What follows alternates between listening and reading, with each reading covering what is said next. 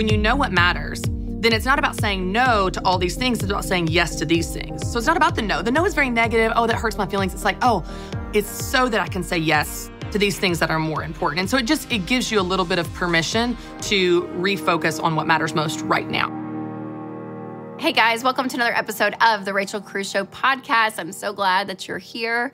Well, in this episode, I'm going to be interviewing one of my best friends and Ramsey personality, Christy Wright. We are going to talk through ways to get your time back because let's be honest, whether you're single, you have kids, you're working, you're not, we all feel the weight of being too busy. So she's going to talk us through some really practical ways to gain your time back. And I cannot wait for you to hear that conversation. And then I answer a question from Nucci, who sent her question in to the Ask Rachel email and is wondering if it's necessary for her to sell her vehicle while she's paying off debt. So I can't wait for you to hear her situation and us talk through that. But first, I want to let you know that you can make your kid a millionaire. Did you know that? It's actually possible. So you do not want to miss out on this advice. I want to just dive right in. Okay, the other day, my friend told me the story, and I was like, what? So he said that his mentor years and years ago said to him, hey, are you investing for your kid's future? And my friend at the time didn't have kids, and he was like, no, I don't have kids. And his mentor was like, listen, the earlier you start saving for your kids and their future, the better off they're going to be and you're going to be, because he knew a little something called compound interest. So he kept asking my friend over and over for like 2 or 3 years, hey, have you opened up an account for your kids? Hey, have you opened up an account for your kids? And he's like, no. And so finally his mentor said, okay, listen, I'll match you. Whatever money you put in, I will match you because I want you to start investing for your kid's future. So whether you put in $20, I'll match it. Or if you put in $200, I'll match it. But I'm going to help you because I want you to be motivated to do this because you are going to be so, so thankful. Well, he finally took him up on it one day and he said, okay, I'm going to do this. So when his kids were little, he was doing it. And fast forward, you guys, almost 2 decades. Each of his kids, when they turned 18, he handed the accounts over to them. And these accounts, you guys, had over $200,000 in them. Just because he started so early and was consistent. I mean, is that not insane? That is so, so crazy. And the great thing is they were able to use that money. Some of them use it for school. Some of them use it for their wedding, or they use it for a down payment on their first home. And guys, that is the power of not just compound interest, but the power of changing your family tree, thinking so far ahead, because it is crazy what just $500 or $1,000 can do over the course of 18 years. So you may be thinking, wow, how can I do this for my kids? That's what I'm thinking. Well, listen, first and foremost, you want to get to at least baby step 4.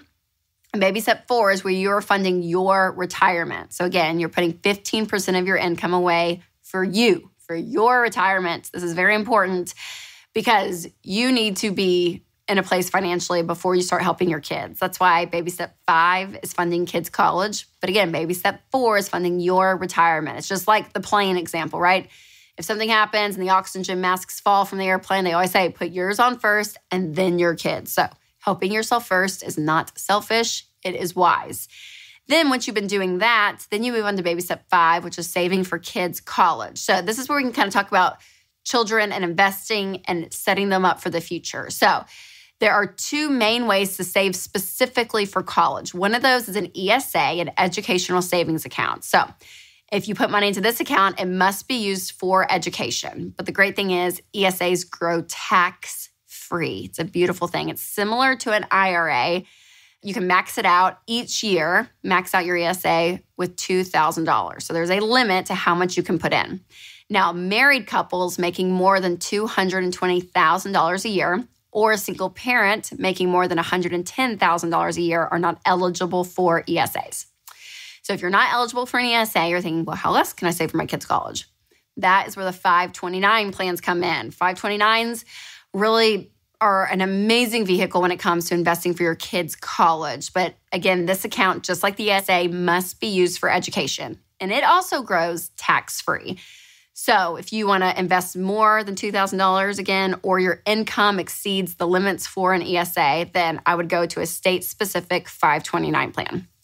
Now, there are other accounts that you can open up for your kids that are not just college-based. One of those is a custodial IRA. So it's never too early to help your kids save for retirement. That's right. This is where this one comes in. So when they get their first real part-time job, sadly, allowances and commissions at home do not count, you can open up a custodial IRA in their name. So you can do traditional or a Roth. I always recommend the Roth because it grows tax-free. And you can help manage this account until they're 18 or 21. And they can't contribute more than what they make in a year. So if they earn $1,000 a year in babysitting money, then they can contribute up to $1,000 in their custodial IRA. So let's look to see how this adds up. If your teen puts in just $100 a month and then you match it $100, what happens? Remember, they cannot put in more than what they make in a year. So in this example, they're bringing in at least $200 a month. So when your child invests $100 into the account, then you can also put in $100. This means $2,400 will go into their custodial IRA each year. And if you guys did this from age 16 to age 20 and then stopped, never touched that account again, walked away, just pretend like you forgot it, and they went and looked at that account when they are 60 years old, it could have over $2 million in it with an average interest rate of 11%. You guys, is that insane? Is that not crazy? I mean, $2 million. So what I want you to do is go to the Ramsey Investment Calculator and just play around and just say, okay, what if I changed the rate of return? Or what if I changed the contribution level? Like all of it. I mean, it is so wild what can happen to money over a long period of time if you just leave it alone. So you can also text investing to 33789 to try the calculator out for free. Another option to help your kids with their future is the UGMA and UTMA. Yeah, kind of funny acronyms, I know. But if you want to help invest with your kids, again, for their adult expenses down the road, maybe it's for their first house, for a down payment, whatever it is, and you want that account to be a little bit more liquid or accessible than just a Roth IRA, these are some great options. So the Uniform Gifts to Minors Act, the UGMA, or the Uniform Transfers to Minor Act is the UTMA. And these are accounts to invest in good growth stock mutual funds. And this is what my parents did for each of us kids. They opened up an UTMA. It sounds like Ugga Mugga, like Daniel Tiger. It's just all in my head. It's all in my head now. Ugga Mugga. I would just, yes. So again, it is amazing because my parents did this. They gave it to us pretty early in life. I didn't wait till I was 60 to cash mine out, a little bit more instant than that. But Winston and I had that account. We're like, oh my gosh, that's amazing. It helps accelerate things so forward if you're able to. And again, this is part of changing your family tree. So here are some things to know about these accounts. You cannot touch them for at least 5 years. So once you open it, you cannot pull money out for 5 years. And just like a custodial IRA, the UGMA and UTMA accounts are opened in the child's name and an adult's name, and the adult manages the account until a certain age. And the money can be used for anything, not just college. So these accounts are taxed according to the child's tax bracket, which typically means that they're going to pay a lot less in income tax because they're probably not making like crazy amounts of money if they use the money within that 5-year period or after that 5-year period. And there are no contribution limits, so you can put as much money into these as you want. So again, go play around with the Ramsey Investment Calculator and just see what it is. If you invest for your kids and you help them invest some of their money and put money away for a long time, what ends up happening? So you can text investing to 33789 again to try that calculator for free.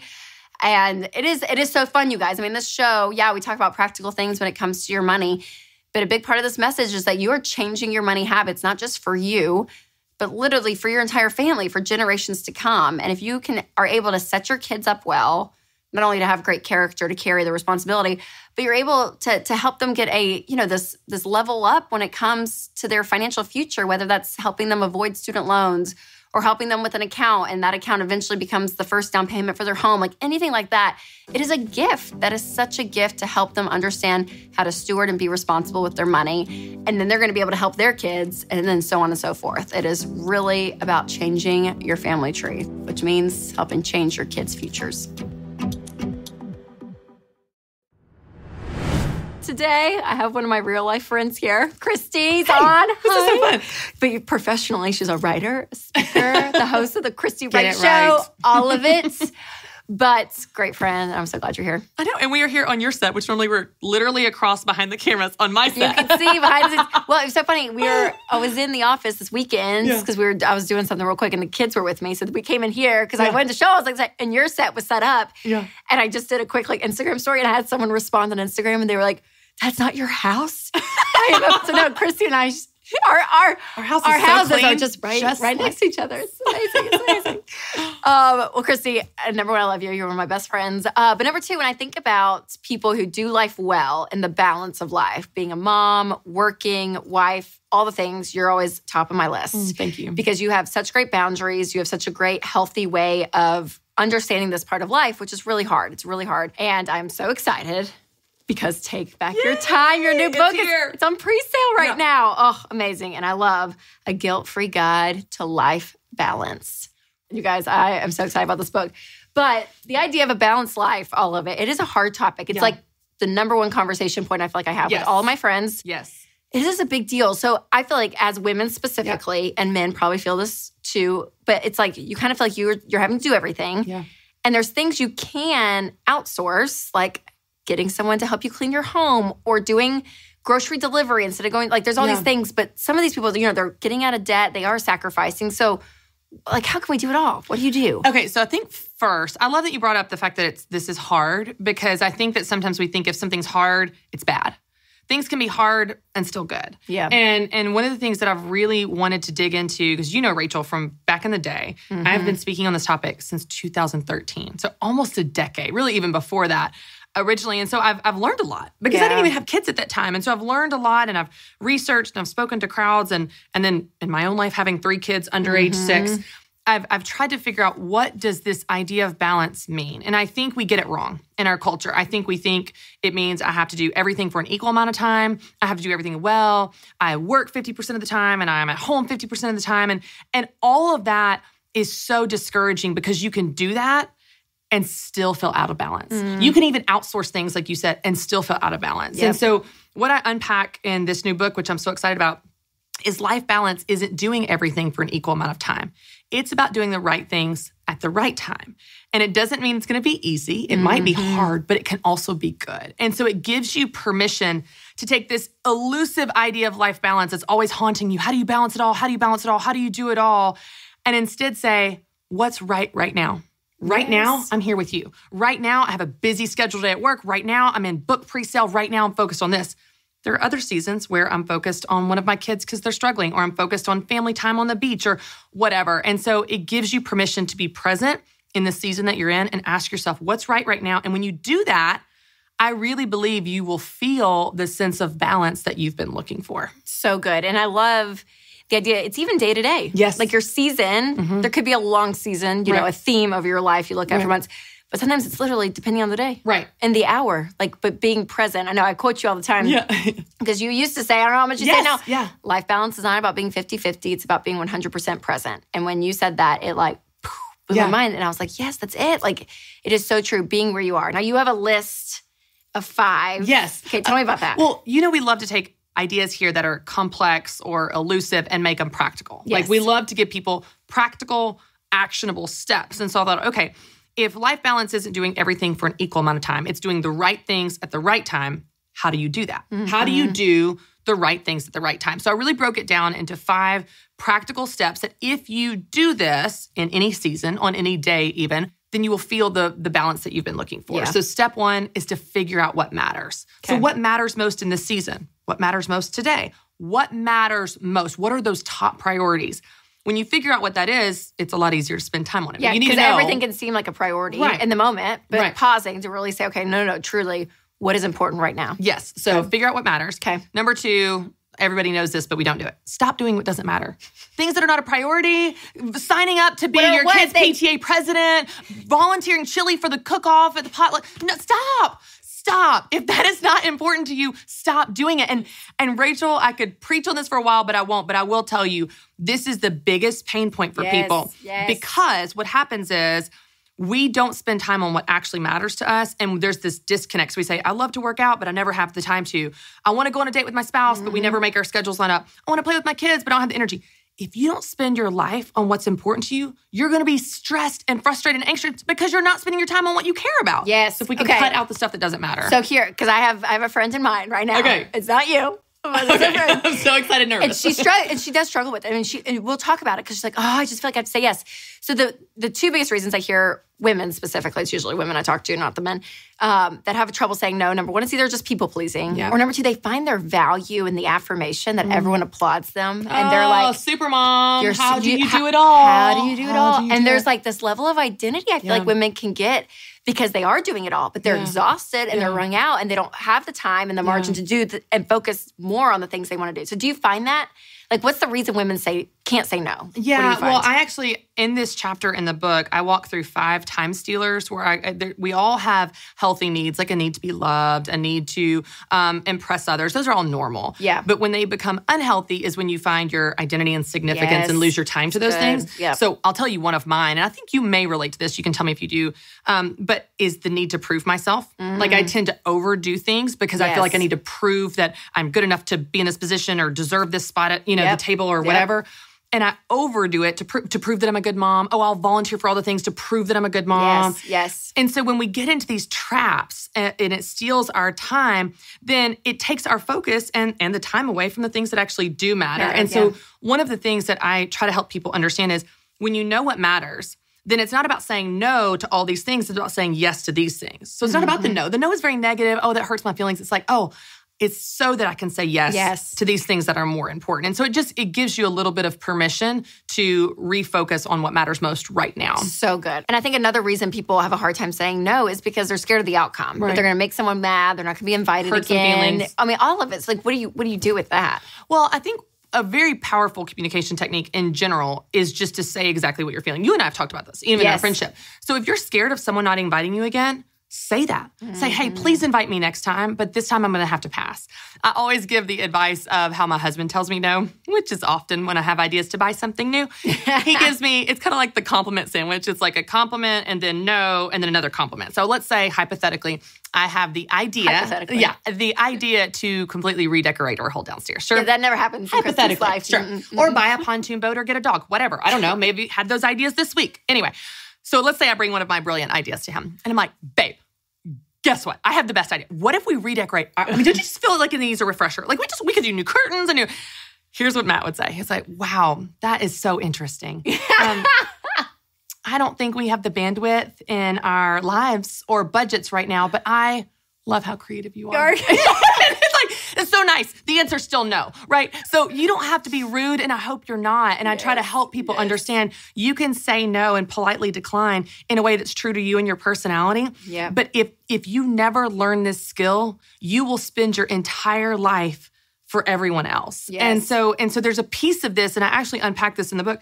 There's a piece of this where you have to cultivate the confidence to be able to say no, not just actually say it, but to say no and know that you're okay and they're okay. You're not Jesus. They're going to be okay in their life without you. You're going to be okay, and we can all move on. But that takes practice. It's not something you just flip a switch. And so it's your life and it's your time. And another one thing I always say is you don't just have the right to protect your time. You have the responsibility to, because no one can do that for you. So it doesn't necessarily make it perfectly easy, but it does give you the confidence and the gusto to be willing to say no more. Yes. Okay, so when you talk about things that matter, that's going to look different to a lot of people. But what are some of those big categories that you see?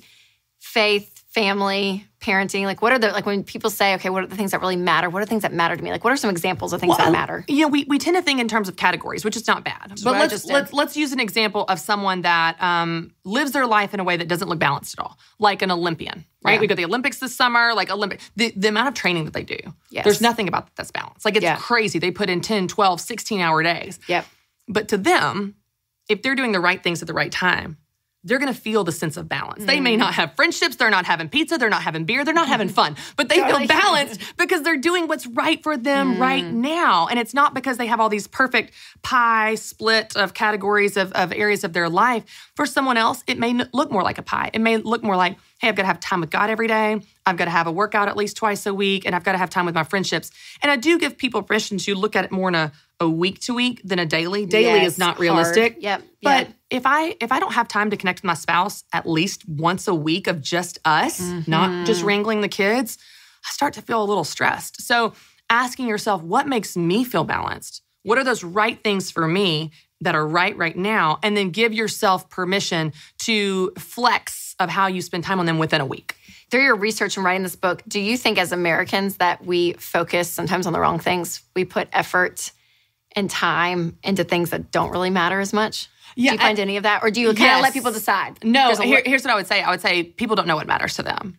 And so they often spend time on things that don't matter because they haven't stopped to identify what does. So that's the reason that you will see high-power CEOs of companies that are very wealthy, very powerful, and incredibly unhappy. And it's not just because they're working too many hours. It's because there's something disconnected between what they care about and what they spend their time on. You also have other people that are high-power CEOs that feel very balanced, that work like crazy and feel very balanced because they make time for those things that matter most. But the challenge is, and you talk about this all the time, Rachel, but scrolling through social media and saying, oh, well, this mom's doing this. This is what I should be doing. Well, this is what motherhood looks like. This is what being a career woman looks like. This is what success looks like. This is what I need to do. And so we go do those things and we work really hard and we try to live that life and we don't feel balanced. And it's, gosh, that's their life I'm trying to live.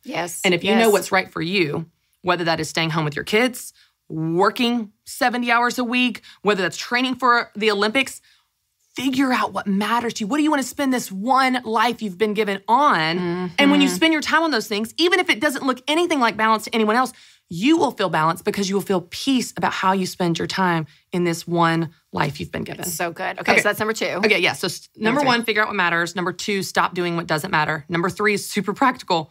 Create a calendar that reflects what matters. If it matters, my calendar. It needs to go on your calendar. And I tell people all the time, like, you know what we say? And I say this all the time. I live by my calendar. Oh, I live by my calendar. I mean, if it's not on my calendar, it's not going to happen. But all we have on our calendar are dentist appointments, meetings, work things. We don't have family time, workout, quiet time. That's not on our calendar. And then we wonder why it doesn't happen. What doesn't happen? Because it's not on your calendar.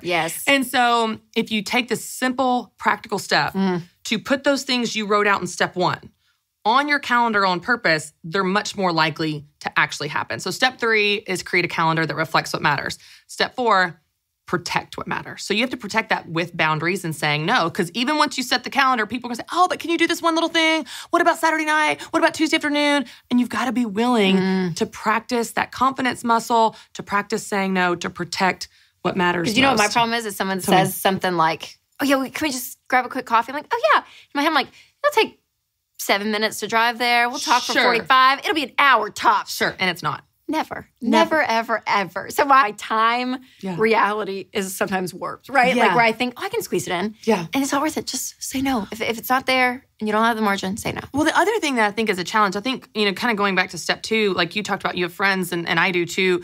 And we all struggle with this. If we want to please people, especially in the South, we want to be liked. We want to be kind. We don't want to say no. But the trouble is there's another side of this that I think gets us overcommitted. And that is that we just have a lot of interests. There's a lot of good things going on. And I really, when I say yes, I really want to do it. I really want to go to all those things. And the reality is I can't. And I end up rushed and exhausted. So one of the things that's helped me is to realize just because something isn't right now doesn't mean it's not ever right. It might be right in the next season. It might be right next weekend. But what's right now, rest. What's right now, work. Whatever the thing is, it helps you realize you're not saying no forever. It's just not right now. So step number 4 is to protect what matters with boundaries and saying no, protect that calendar you created.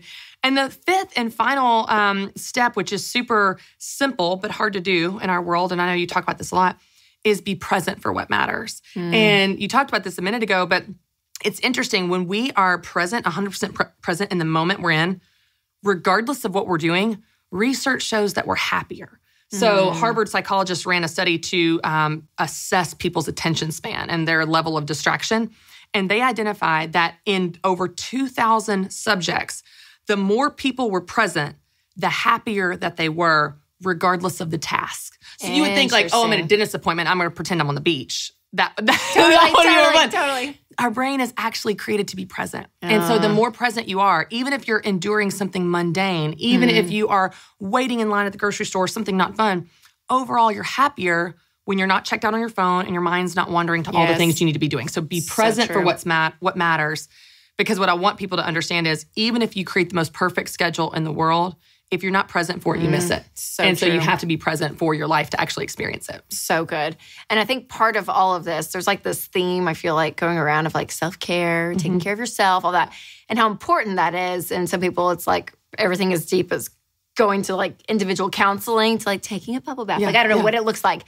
But I feel like when you do have so many things going on, if you are a mom and you're working and you have a wife, all of it, taking care of yourself, sometimes you can feel guilty. Yeah. Do you find that a lot within women and people? Yeah, I think we struggle with that because, and guilt is really a theme in this idea of, especially being a woman, especially when it comes to the topic of life balance. And that's the reason that the subtitle is The Guilt-Free Guide to Life Balance, because really the undercurrent problem I'm solving is not a time issue, it's a guilt issue and setting you free to spend your life guilt-free on what matters most to you. That's good. Now, what's interesting though is I think as going back to self-care, a lot of times because we live in these extremes of like, well, I've got to, every single day, I've got to have quiet time and I've got to also have exercise and I've also got to do yoga and it's like, when are you going to do all that? So just as a simple thing, I try to have 15 minutes to myself every morning.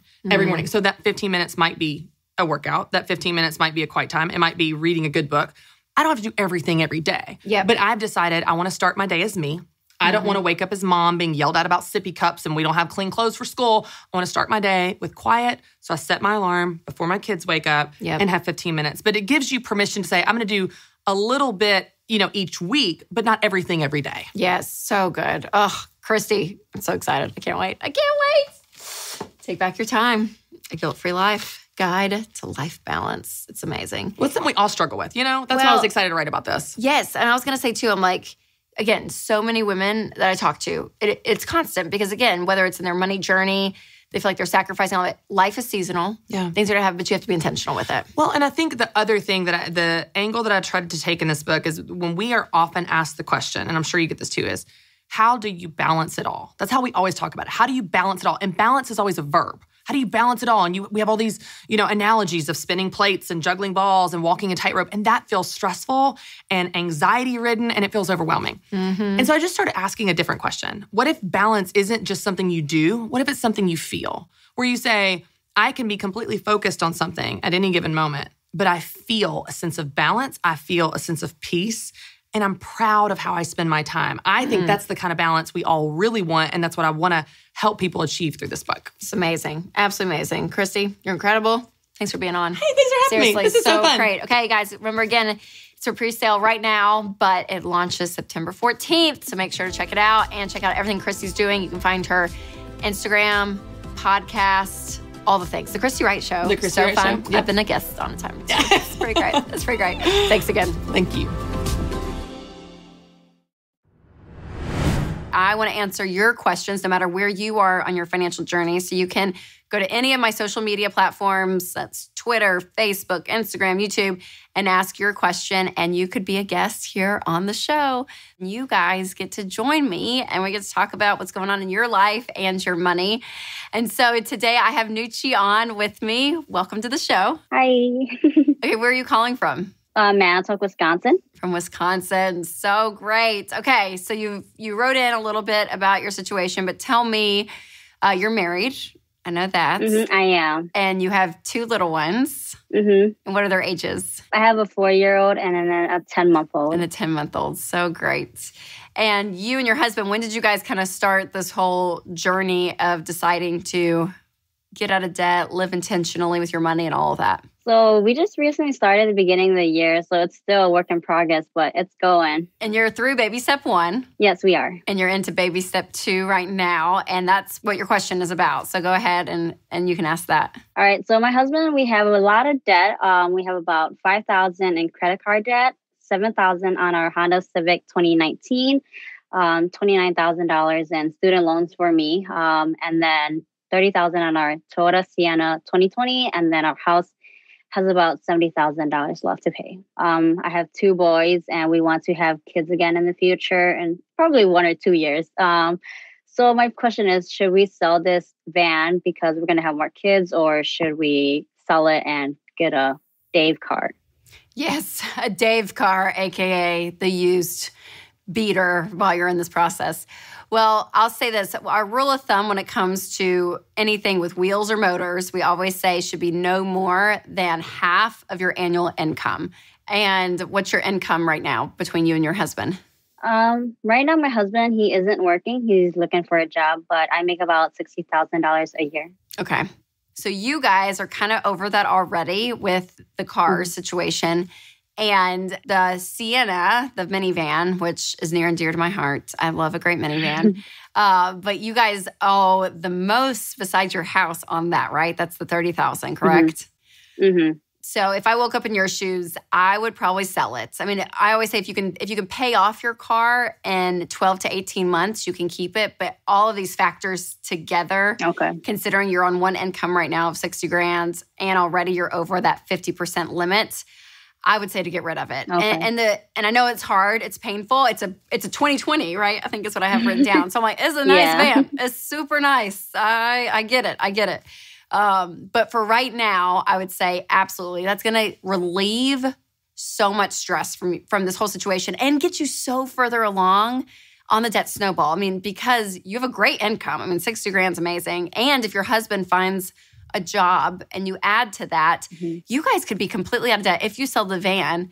I mean, within 18 months, for sure, if you get at it and you really sacrifice, I mean, you guys can be in a totally different position financially because the house, I know you mentioned, is $78,000, which is a pretty low mortgage. I mean, for the most part, which is awesome. I mean, you won't pay that off until a little bit later, but you guys could get through these baby steps in really a pretty quick time period, which is just amazing. And I think that selling the van for sure is what I would suggest and recommend. Absolutely. Does that hurt your heart a little bit? You can be honest.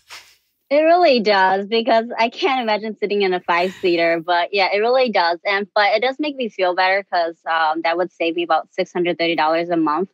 And I could use that to go pay my credit card or something else. So absolutely. Yeah, girl, so you're paying like a $600 and what dollar car payment? $630. Whew. Yeah, I'd get it out of there for sure. Oh my gosh. And here's the great thing too. It's not that you'll never have a nice van again in your life, right? And the fact that you only have 2 kids is a blessing right now because the 5-seater, it's tough. I get it. But it's so doable, right? When you get 3 back there in a row, that can get really comfortable really fast. But for you guys, I mean, by the time you have your 3rd, there's a great chance you guys are completely out of debt and you're saving up for a van to go and to step into. So yeah, if I were you, I would definitely go that route. And I'm excited for you guys because, again, not that you could never get out of debt if you kept the van. I believe you could. But just the amount of progress you guys would make by this one decision financially, not only from a monthly payment standpoint, but even just the debt snowball, getting there so much faster and not having this huge car payment kind of lingering. Yeah, I agree. It is very exciting when we take that out of the equation. Absolutely. Okay, so what motivated you guys to get started on this earlier this year? I have a friend that just keeps talking about the Dave Ramsey. She just keeps talking about Dave Ramsey. And finally, I just started looking into it, and I finally bought the Dave Ramsey book, and I just started reading it, and everything just started clicking together, not living paycheck to paycheck and budgeting and trying to, figure out life and everything. So absolutely, I finally listened to her, and now, we're on track. That's amazing. Do you feel different from the beginning of the year? Like when you look back in December of 2020 to now fast forward, 6 months, do you just feel different? Do you and your husband, do you talk about money more than you ever have? Do you feel a sense of control that you never had before? I do. I have a Google Excel that I use to keep track of all our expenses and everything. And I'm like, why am I spending $100 at TJ Maxx when I can use this towards my credit card? So it kind of opens up my eyes a lot more. For sure. Was your husband, did he get on board after you read the book and you guys were talking about it? Yeah, he's slowly getting on board. It's a work in progress with him, but we talked about selling the van, and he's finally agreeing that maybe, it's the best choice for us. We'll lose that 30 grand and then we can put that towards other debt. So Yes. he's excited now too. Yeah, that's awesome. That's so great. Well, thank you so much for calling in and asking the question because, I mean, there's so many people right now on this journey of their debt snowball, and you're having to make these life choices that it sounds silly, but even selling a car, it's a thing, right? I mean, like it's a decision you have to make. You have to put the work in to do it and then actually apply that money to the debt. I mean, it's a work. It's not as easy as just snapping your fingers and deciding it. I mean, there's a lot of choices in life in between all these decisions. And so I just applaud you guys for starting it and saying, you know what, we're going to change the way we've been doing our money. And I really think you guys are going to be in such an incredible place in 2 years from now. I mean, it's going to be amazing, probably the amount of relief of not having payments. And by 2 years from now, I really think you'll have that baby step 3 almost finished too. So we are cheering you on so much. And so I really hope that everything goes well. All right. Thank you so much for having me on the show. Absolutely. Thanks for calling in. Right.